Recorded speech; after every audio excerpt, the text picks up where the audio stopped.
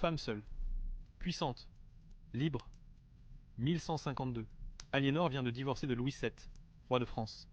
À l'époque, une reine qui quitte un roi, c'est impensable. Et pourtant, elle l'a fait.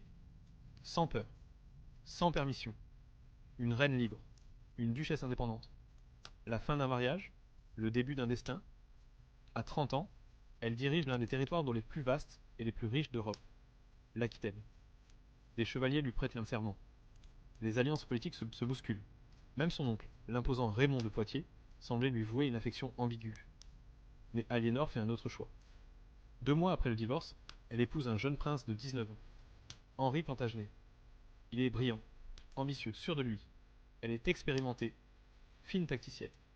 Ensemble, ils vont former l'un des couples les plus puissants de l'histoire. 2 ans plus tard, Henri devient roi d'Angleterre. Aliénor redevient reine. Mais cette fois, elle règne vraiment. Elle parcourt ses terres, fonde des abbayes, protège les pèlerins, finance les écoles. Elle donne naissance à 8 enfants, dont Richard Cœur de Lion. Aliénor est bien plus qu'une reine.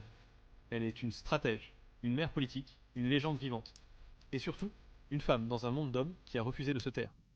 Elle transmettra son pouvoir à ses fils, mais aussi ses luttes, ses idées, son héritage. Quant à la suite, entre trahison, révolte et guerre familiale, Aliénor ne quittera jamais vraiment le trône. On vous la raconte bientôt sur notre compte. Abonnez-vous pour ne rien rater.